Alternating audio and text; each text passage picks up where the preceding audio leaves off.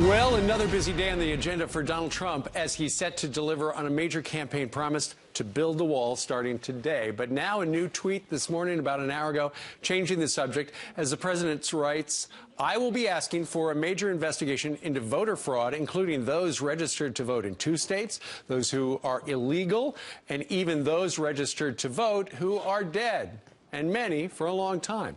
Depending on the results, we will strengthen up voting procedures."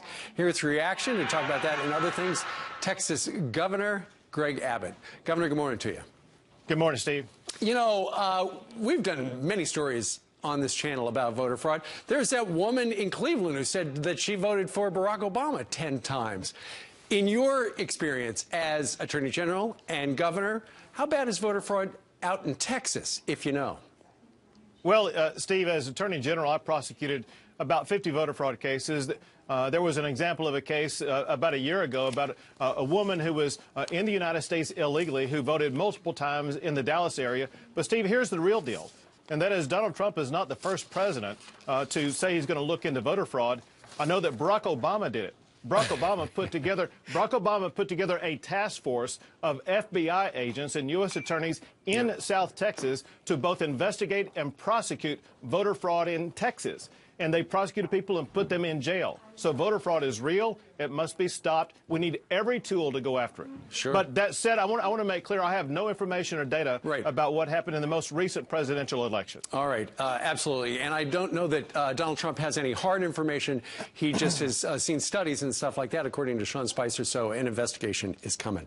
Meanwhile, one of the things that Donald Trump signed yesterday, I believe, was an executive order regarding sanctuary cities, essentially getting rid of those. But there is a sheriff there in Travis County, Texas, which is the county seat is Austin, where you're sitting right there. What's she trying to do?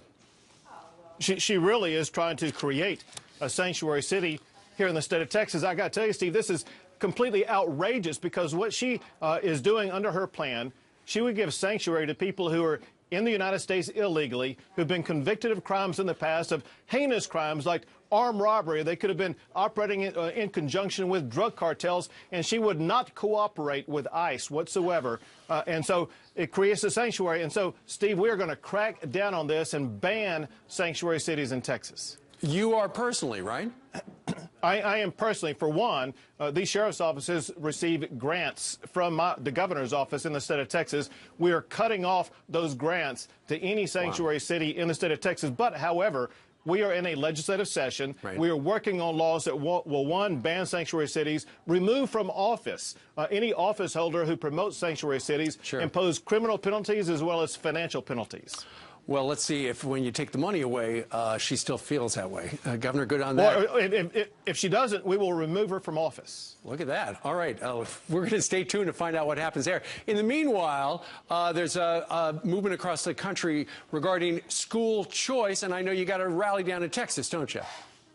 We had a rally yesterday promoting school choice. Listen, we all know that one size doesn't fit all when it comes to education, that children and parents need options, and we need to empower parents to get involved in their child's education and allow parents to choose the school that is best for their child. Absolutely. We all want the best for our kids. All right, Governor, keep us posted on that as well. We're going to have to talk to you in a week to see how it's all going down there. Thank you, sir. Look forward to it. Thank you, Steve. All right, thank you, sir. All right, meanwhile, it's the scandal this smiling press secretary hoped would never surface.